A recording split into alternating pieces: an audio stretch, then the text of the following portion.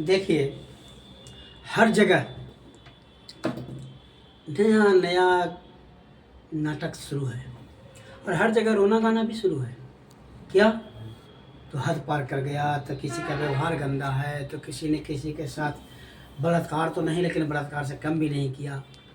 लेकिन आप कभी ये सोचे हैं कि आपने उसको यहाँ तक लाने के लिए कितना सपोर्ट किए हैं?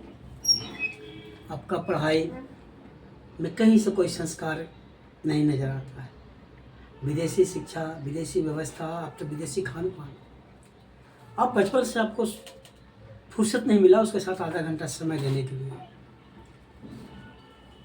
लोग कहता है रील बनाने में बिगड़ गया। रील बनाना, रील में भी तो बहुत अच्छी-अच्छी बातें होती है, लेकिन रील में भी आपको क्या चाहिए? बस ठुमका लगाना। रील में भी क्या चाहिए? बिना ज़रूरत के। लेकिन आप बच्चों के पास बैठकर किताबों से दोस्ती खत्म। अब मोबाइल, हर चीज़, जब भी कुछ हुआ मोबाइल निकाल दिए। मोबाइल में जो डाला जाएगा वही ना सीखोगे। आने वाला दिन में एआई का ज़माना आ रहा है और तुम्हें बहुत खुशी हो रही है। अब तो कुछ भी करना नहीं पड़ेगा, तो फिर जन्म ही क्यों लिए थे? मानव रूप में जन्म लेना और कुछ न करना तो कलंक हो ना।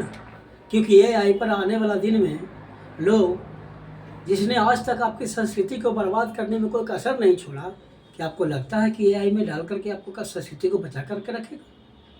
एक दिन ऐसा आएगा कि किताबों से अगर आपका रिश्ता टूट जाएगा, नाता तोड़ देंगे आप, तो एआई ऐसी ऐसी व्यवस्थाओं से आपको चिपका देगा कि आपको आपकी संस्कृति के बारे में शून्य हो जाएंगे। आप कुछ पता ही नहीं चलेगा और फिर वहाँ पर जो देखेंगे, जो पढ़ेंगे, जो सुनेंगे, वो इसी को आप सत्य मान लेंगे। नतीजा अभी तो भटके हुए हैं ना।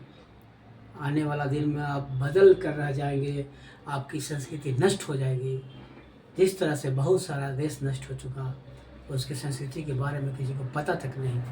आप बहुत खुशनसीब हैं, इस देश में आपकी संस्कृति हजारों बार कुचले जाने के बावजूद आपकी संस्कृति पर आँच भी आई, तो उसका स्वरूप बनाने के लिए अभी एक से बढ़कर एक लोग हैं। लेकिन अगर ज़रूरत से ज़्यादा आप टेक्नोलॉजी हो जाएंगे, आर्टिफिशियल इंटेलिजेंस के अधीन हो जाएंगे, तो आप अपनी संस्कृति ही नहीं बचा पाओगे। तो बच्चों में जो कुरीतियाँ देख रहे हो, कल आने वाले दिन में उसे रोक पाना बिल्कुल असंभव है।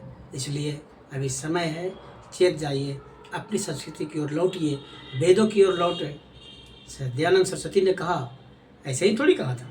आज उनके नाम से आप डीएवी एंग्लो वैदिक स्कूल में पढ़ाते हैं, लेकिन आप उनके नाम के साथ साथ उनके काम में 5 मिनट समय नहीं देते। आप जितने महापुरुषों की गुणगान करते हैं, कम से कम उन महापुरुषों के बारे में ये तो जानिए कि उसने क्या किया था, क्या करने के लिए प्रेरित किया। अगर उसके ऊपर 10 मिनट भी समय दिया जाए हर एक घंटे में, एक दिन में, तो आपके यहाँ बहुत कुछ बदलाव आ सकता है और फिर से वही समृद्ध, शक्तिशाली और सर्वांगीण विकास की सभ्यता, संस्कृति फिर से विरासत को लौटा सकते हैं। जय हिंद।